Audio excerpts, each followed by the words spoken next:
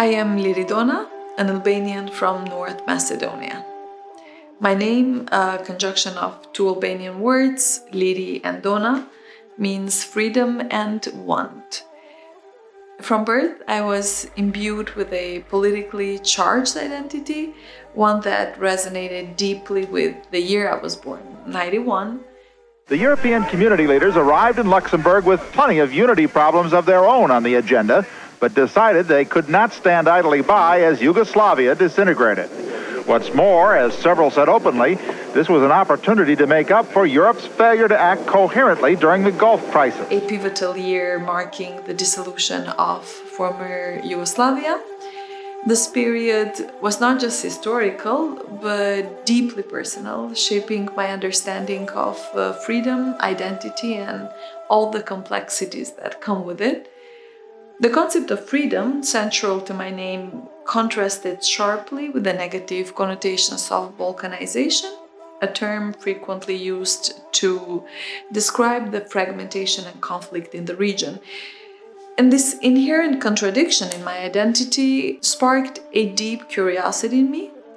How could the pursuit of freedom be intertwined with such a divisive concept?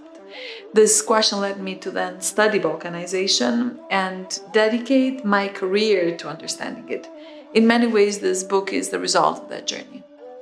My first encounter with the term balkanization was through a sociological dictionary, and it profoundly impacted me due to its negative connotations connected to fragmentations and divisions. It encapsulated all the prejudice and misconceptions about my home region, the Balkans, because growing up, we often excused failures by saying, well, of course, we're Balkans, as if fatalistically to accept that stereotype.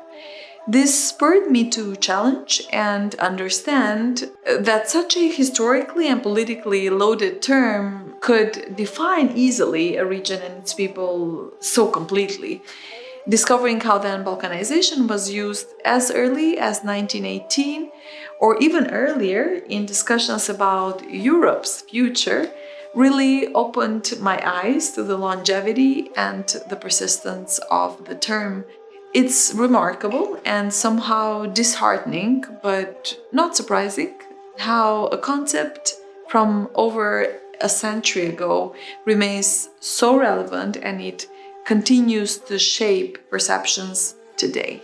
My initial research culminated in my first book titled #Balkanization, a critical study of otherness through Twitter. This work was an eye-opener. It was an attempt to sift through the layers of negativity surrounding balkanization in the digital era. I wanted to find something positive, something redeeming about the term, but what I found instead were more layers of negative connotations, even trivial things like burgers being balkanized. And then this predominantly textual analysis highlighted the power of language in shaping perceptions.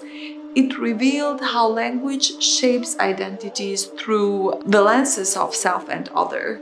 The term balkanization wasn't just a descriptor, it was a distorted lens through which the Balkans were viewed, often influenced by historical biases and political agendas.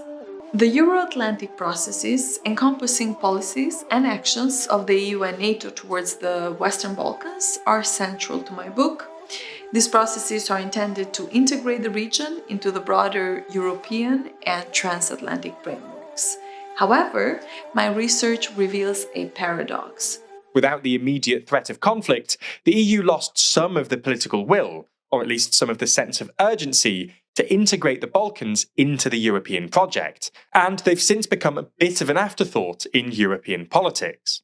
Instead of fostering true integration, these processes often perpetuate and carry forward the negative nuances associated with balkanization from the past into the future.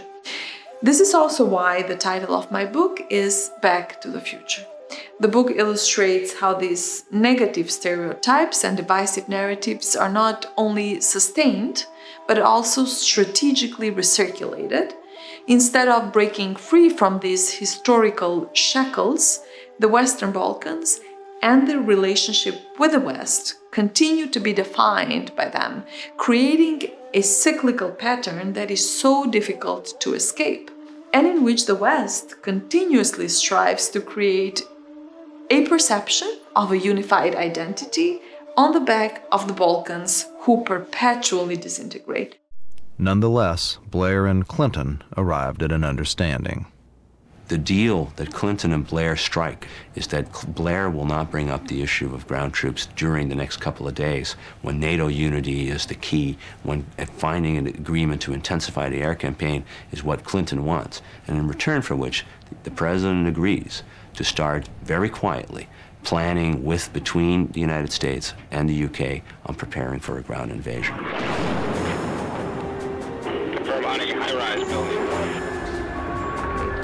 Importantly also, while the Balkans are often seen as these passive recipients of external policies, their political elites actively participate in and perpetuate the Balkanization discourse for their own narrow political interests. This dynamic then creates a toxic cycle where the people are trapped and stuck in outdated and harmful narratives, making true progress and integration quite challenging. We are here. They are there. We are here. They are there. Here, there, here, there. So, my book aims to challenge these discursive practices by presenting a more nuanced and balanced encounter between the Balkans and the West. I explore several key historical events, starting with the Balkan Wars and the World Wars, as well as more recent events like North Macedonia's change of name in 2018. These events are crucial in understanding how Balkanization has been used historically and continues to be used to shape policies. They show how the West's policies towards the Balkans have consistently aimed at maintaining a united Western identity by portraying the Balkans as fragmented and volatile. I challenge the traditional views by deconstructing Balkanization and exposing how it's been used as a tool by Western and Balkan political elites to maintain their influence. It shows that Balkanization is not just a historical accident, but a strategically employed narrative that serves specific political interests. The book highlights the paradox of how the quest for freedom and integration into the EU and NATO, underpinned by Balkanization, often leads to further fragmentation and negative stereotyping of the region. It argues that these processes are less about helping the Balkans and more about reinforcing Western unity at the expense of Balkan identity. The future of the Western Balkans, in light of these findings, hinges on recognizing and challenging the deep-seated narratives of Balkanization. If the Balkans are perpetually seen through this purely negative lens, they are pressured to abandon their identity to move into their Euro-Atlantic future. However, I believe that the real task is to critically deconstruct the interconnectedness of self and other, because the existence of a Balkan identity is inherently tied to the existence of a Western identity. I always get very angry, and the ambassadors know that well, when some, even colleagues of mine, say that we need to bring the Balkans inside Europe or closer to Europe, because you are already not only Europe, but the heart of European history, of European geography, of European culture, for good and for bad, as all of us. For the Balkans to move beyond their negative sense of self, the West must also reevaluate and move beyond its quintessentially positive sense of self. We need to not only acknowledge our past, but to engage with it, meet it, and bring this nuanced understanding rather than these recycled prejudices into the future. Marty! You've got to come back with me. Where?